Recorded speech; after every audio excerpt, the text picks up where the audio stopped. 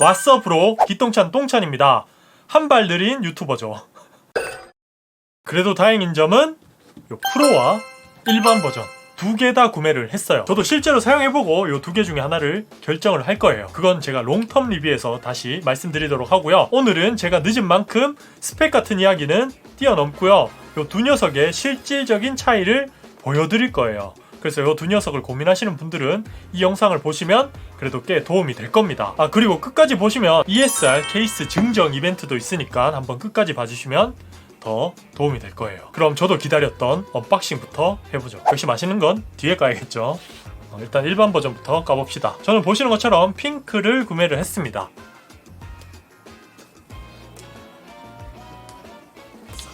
이렇게 탈탈탈탈 털면 덜렁덜렁 아이폰이 나옵니다. 색감 칭찬을 많이 하시더라고요. 핑크. 네, 상당히 예쁩니다. 약간 연한 딸기 우유 같은 느낌이에요. 진짜 우유 느낌이 강합니다. 그러니까 화이트 느낌이 많이 가미된 그런 색감이고요. 지금 배가 고파서 그런지 모르겠지만 좀 맛있게 생겼습니다.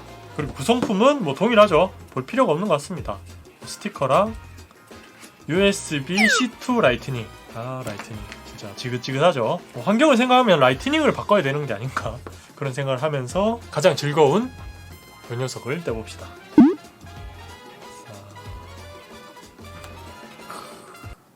맛있다. 맛있어. 요것도 역시 처음에 나온 시블을 샀어요. 시블 시에라 블루. 새로운 공정을 이용해서 만든 색깔이라고 하더라고요. 한방.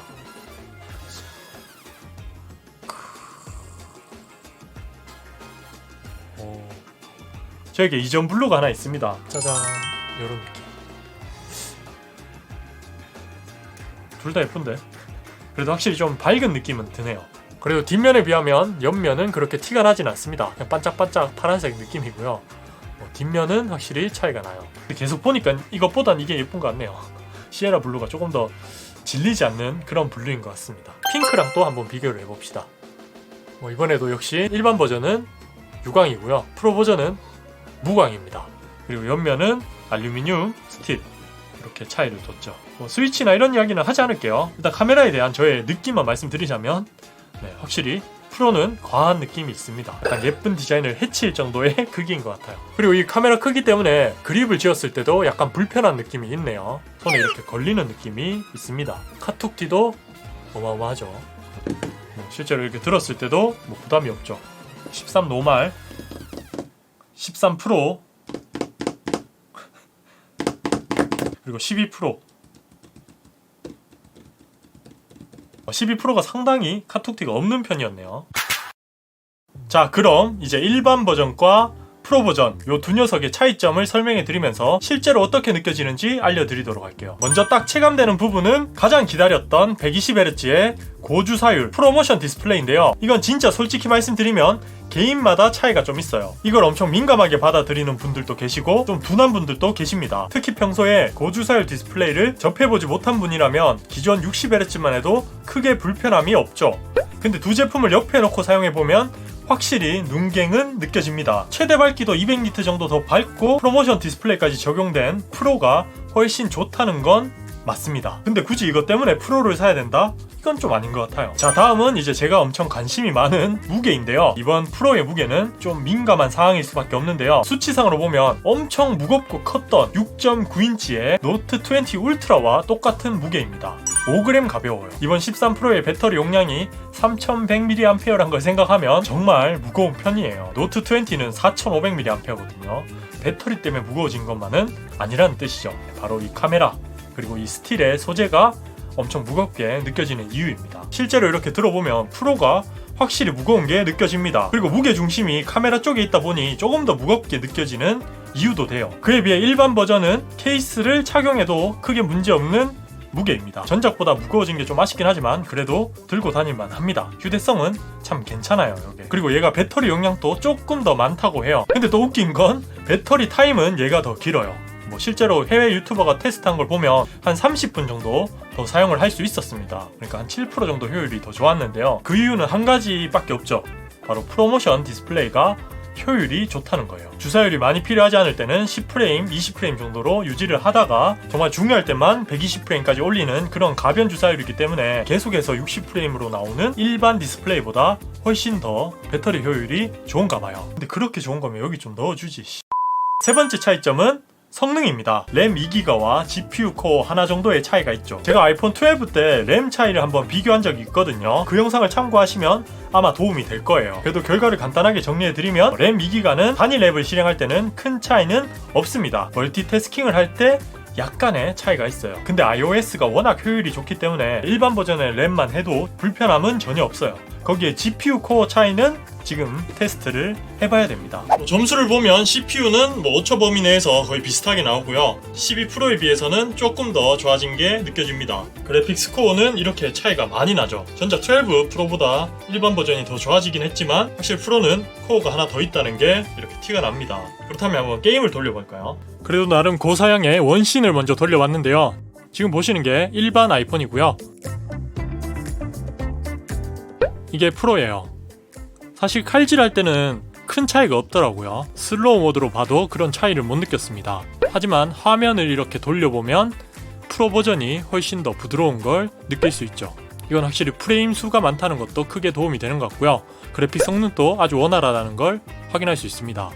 두 개를 동시에 놓고 비교해보면 그 차이가 더 확연한 걸 느낄 수 있죠. 게임을 많이 하시는 분들에게는 프로 버전이 유의미한 차이가 있다고 보시면 될 것 같습니다. 그럼 마지막 네 번째는 카메라입니다. 먼저 프로는 망원 카메라가 하나 더해진 3개의 카메라가 들어간 건 다들 아실 겁니다. 그 외에도 이미지 센서 크기가 얘가 조금 더 큽니다. 일반 버전은 1.7 마이크로미터이고 프로는 1.9 마이크로미터예요. 사실 눈으로 보면 거의 차이가 없겠지만 그래도 비율로 따지면 20% 가깝게 더 크기 때문에 확실히 차이가 날 겁니다. 카메라 이미지 센서가 크면 뭐가 좋지? 이렇게 생각하시는 분들을 위해서 제가 설명을 해드리자면 흔히 말하는 P4개의 심도를 더 얕게 표현하기에 유리합니다. 거기에 더 많은 빛을 받아들일 수 있기 때문에 어두운 환경에서 촬영하기에도 유리한 점이 많죠. 이제 두 번째로는 조리개 최대 개방값이 조금 더 낮아요. 조리개가 많이 열릴수록 아까 말씀드린 심도가 얕은 사진을 찍기에 유리하고요. 그리고 더 밝은 사진을 찍을 수 있습니다. 흔히 말하는 좀 감성적인 사진, 거기에 어두운 환경에서 더 나은 사진을 찍을 수 있다는 거예요.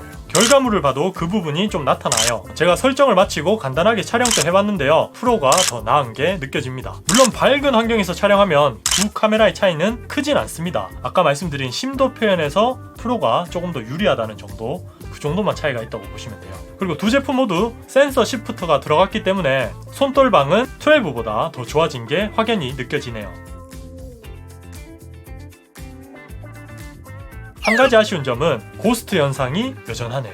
그리고 그 외에도 카메라에서 기능의 유무도 있는데요. 이건 소프트웨어의 차이라고 보시면 됩니다. 일단 사진 모드에서는 야간 인물 사진 모드가 프로 버전에만 지원이 돼요. 그리고 영상에서는 일반인들에게는 그렇게 유용하지 않은 프로레스 촬영이 프로에만 지원이 됩니다. 자, 여기까지 보시면 이 두 녀석을 구분하는 방법을 좀 아실 겁니다. 그러니까 본인의 사용의 용도에 맞게 결정을 하면 되겠죠. 고사양 게임을 정말 많이 한다, 그리고 프레임이 좀 부드러운 게 좋다, 그런 분들은 프로가 좋은 선택이 될 것 같고요. 그리고 사진도 많이 찍고 어두운 환경에서도 촬영을 한다, 그런 분들이라면 또 프로를 선택할 만합니다. 또 반대로 이런 기능들이 필요 없고 가벼운 게 좋다, 이런 분들은 일반 버전을 사면 되겠죠.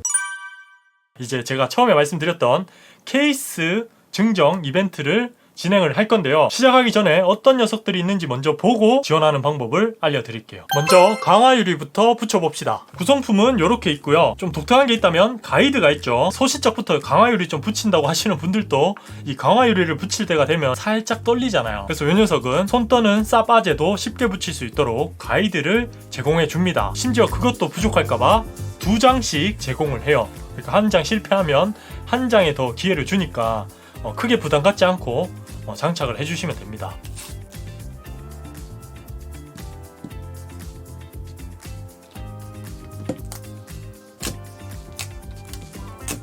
아까 말씀드린 가이드를 이렇게 올려줍니다. 홈이 있는 쪽으로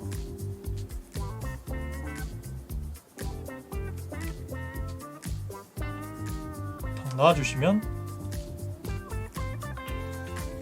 알아서 붙어요. 기포가 조금 남긴 했지만 요거는 아마 내일 빠질 겁니다. 그래도 확실히 붙이기 쉬웠고요. 뭐 검증된 제품인 만큼 터치시 뭐 불편하지 않게 라운드 커팅도 잘 되어 있고요. 경도도 상당히 높아요. 9H 정도로 스크래치 걱정은 거의 안 하셔도 됩니다. 그리고 프로는 프로답게 아몰라이트를 한번 붙여보도록 할게요. 자, 얘는 구성품이 조금 더 고급스럽긴 하네요.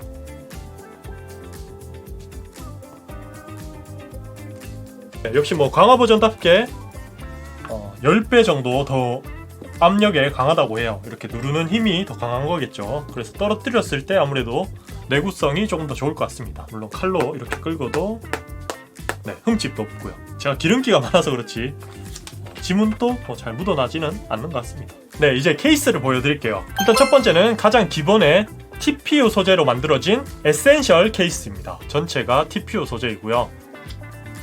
일단 무게 자체가 상당히 가벼워요. 두께감도 그렇게 두껍지 않아서 네, 그립감도 괜찮네요. 그리고 버튼의 눌림 이렇게 다 막혀 있고요.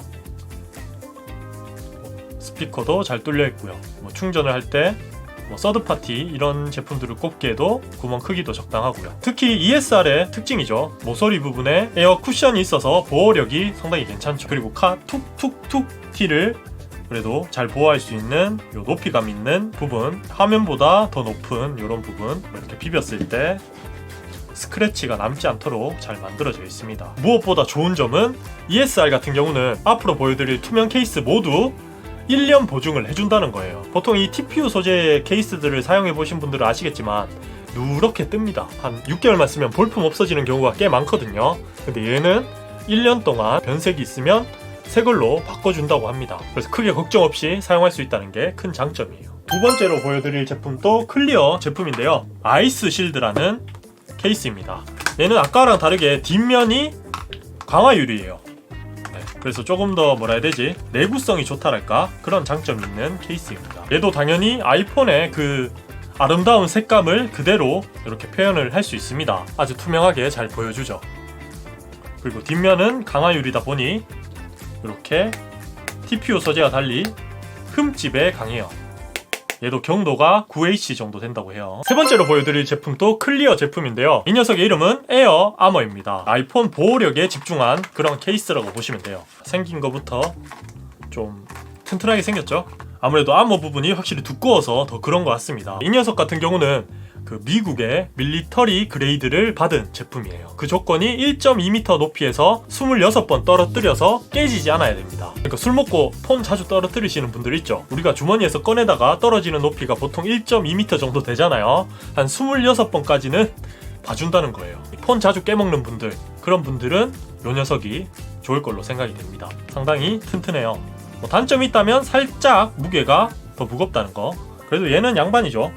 한 26g 정도밖에 안 됩니다. 자, 이제 마지막 케이스인데요. 애플의 악명 높은 정품 레더 케이스를 많이 닮은 녀석인데요. 뭐 물론 그거랑 똑같진 않아요. 좀 감성이 다르긴 하지만 가격은 79,000원보다 상당히 저렴한 23,000원에 구매가 가능한 제품입니다. 일단 뭐 소재 자체가 천연 가죽입니다. 아주 소재가 괜찮아요. 가까이서 보여드릴게요. 퀄리티가 꽤 괜찮죠. 그리고 무게는 30g 정도 되고요. 그리고 내부에 보시면 아시겠지만 맥세이프를 지원합니다. 처음에 맥세이프 나올 때 욕을 많이 했지만 실제로 써보면 상당히 편하거든요. 이 녀석은 그런 점에서 상당히 큰 장점이 있죠. 피팅감은 상당히 뛰어나네요. 아주 딱 맞습니다. 카메라 부분도 나름 뭐 깔끔하게 처리를 했습니다. 스위치 부분 이렇게 무난한 블랙도 한번 보여드릴게요. 보시는 것처럼 이런 느낌 괜찮죠? 스위치도 블랙. 저는 블랙이 훨씬 좋네요. 정품 레더 케이스처럼 뚫려있는 방식도 비슷합니다. 자, 여기까지 케이스 4개, 필름 2개 이렇게 소개해드렸고요. 지원 방법은 댓글을 통해서 지원하시면 돼요. 아이폰 13 프로 샀다 이렇게 의견을 좀 제시해 주시면 좋을 것 같고요. 그리고 색상도 한번 얘기를 해주세요. 어떤 걸 많이 샀는지 저도 궁금하거든요. 그럼 일주일 뒤에 제가 추첨을 통해서 10분을 선정할 거고요. 그리고 저한테 온 이 케이스들 많잖아요. 이 케이스들도 좀 나눠드릴게요. 한 5-6분 정도 더 뽑아서 제 개인 사비로 택배를 보내드리겠습니다. 그럼 오늘 영상은 여기까지고요. 다음에 봐요. 똥봐.